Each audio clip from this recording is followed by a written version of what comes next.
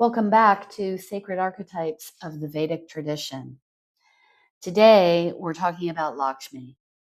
And as always, let's begin with a story. One of the most beautiful comes from the great churning of the cosmic ocean. In this ancient story, something very rare was happening. The Devas and the Asuras, the gods and the forces of ambition, power, and shadow, came together for one great purpose. They wanted to churn the ocean of existence in search of Amrita, the nectar of immortality. The ocean was vast, mysterious, and unseen. And if we're listening with more than our ears to the story, we already know this is not only a story about gods and demons. This is a story about life. This is a story about the deep ocean within us, the place where everything is held, our longing, our beauty, our fear, our wisdoms, even our gifts. When the churning began, the first thing that rose was not treasure and the nectar of immortality.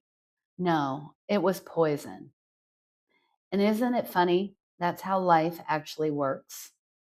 When we begin real inner work, when we begin to churn our own ocean and change our lives, heal our bodies, face our patterns, reclaim our voice, or build something meaningful, we often expect that the beauty will arrive immediately. We want clarity and peace. We want purpose and prosperity. We want the lotus to bloom before we have dealt with the mud. But in the ancient story, it says not so fast. First, the poison must rise. The old wound must come up. The scarcity, the shame, the jealousy, the fear of being seen must come up, and the belief that maybe we're not worthy. The ocean does not only release what is pretty, it releases what is buried. But keep listening, because the churning continued.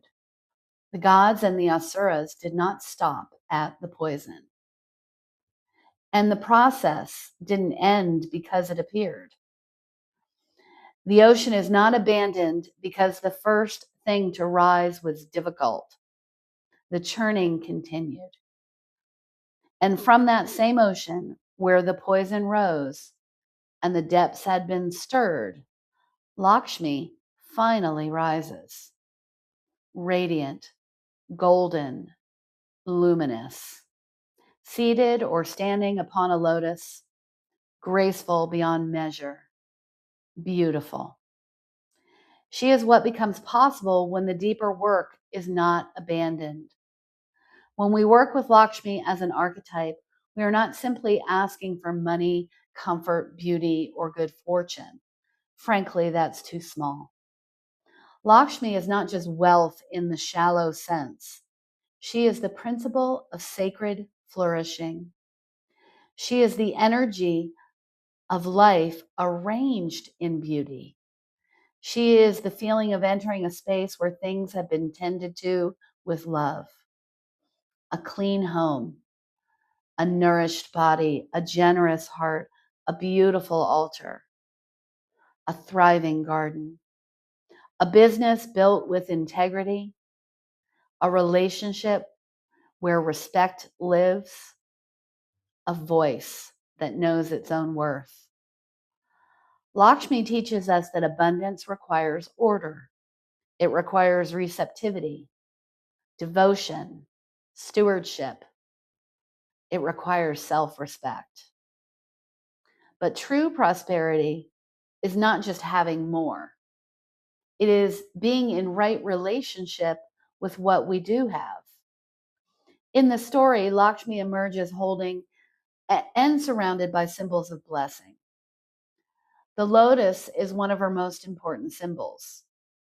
The lotus grows from the mud, rises through the water, and blooms above the surface, untouched by the dirt it came from. That is Lakshmi. She does not deny the mud. She transforms it into beauty. She does not pretend life is clean and easy. She shows us that grace can rise from depth, darkness, and difficulty when the conditions are right. Many people say they want abundance, but they have not made a place for it to land. They want love, but do not practice self-respect. They want money, but do not tend to what they already have. They want beauty, but live in resentment and disorder. They want opportunity, but keep speaking to themselves as if they are small, unlucky, or unworthy. Lakshmi asks a very difficult question. Can blessing trust you? Not in a moralistic way, not in a shame-based way, but practically. Can abundance trust your hands? Can beauty trust your attention? Can prosperity trust your habits?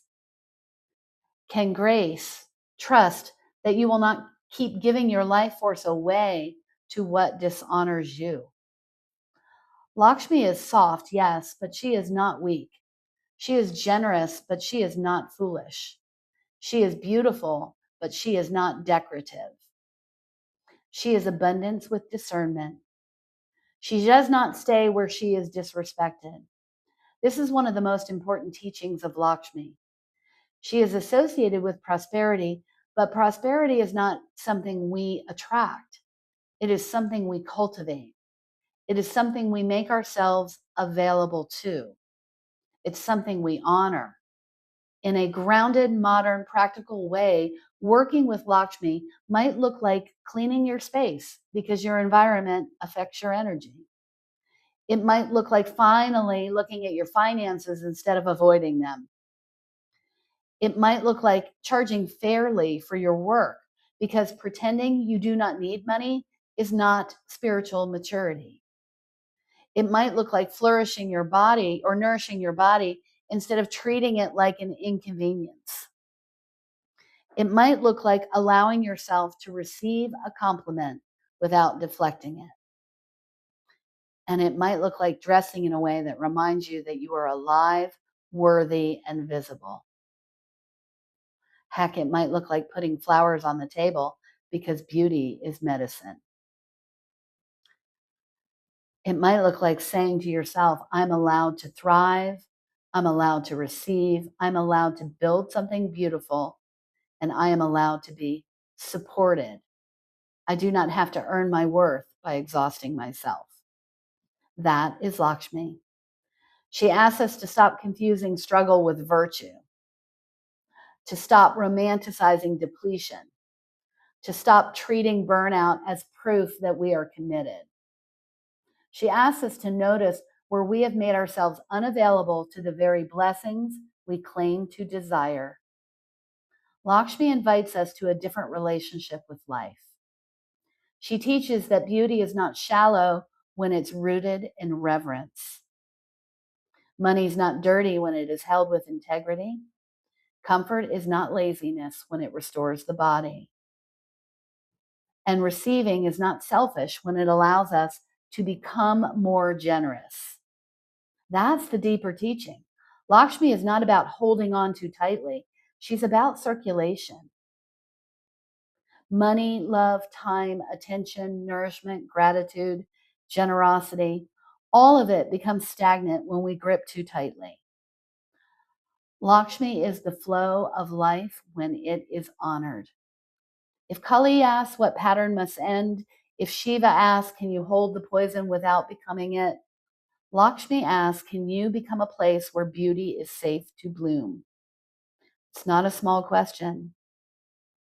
Many of us have been trained to survive, not flourish. We know how to push and endure. We know how to carry too much. We know how to keep going on fumes and calling it strength.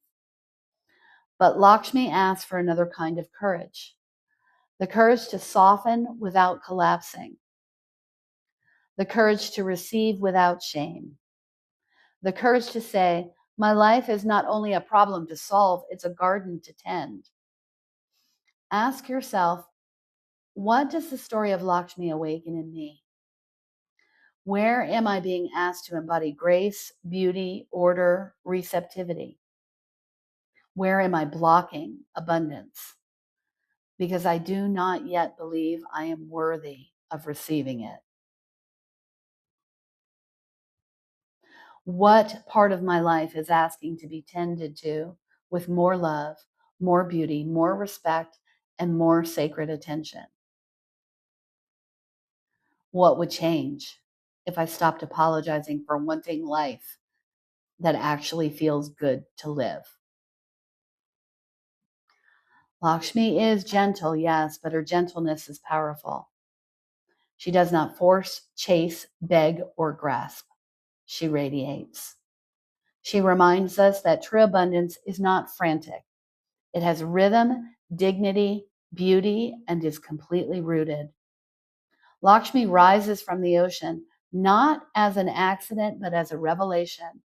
After the churning, after the poison, after the depths have been stirred, she appears to remind us that life is not only about surviving what hurts, it's about also becoming available to what blesses.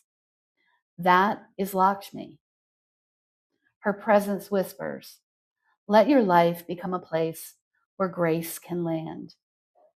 Tend what you love, honor what you have, open your hands. You are allowed to bloom. See you in the next session.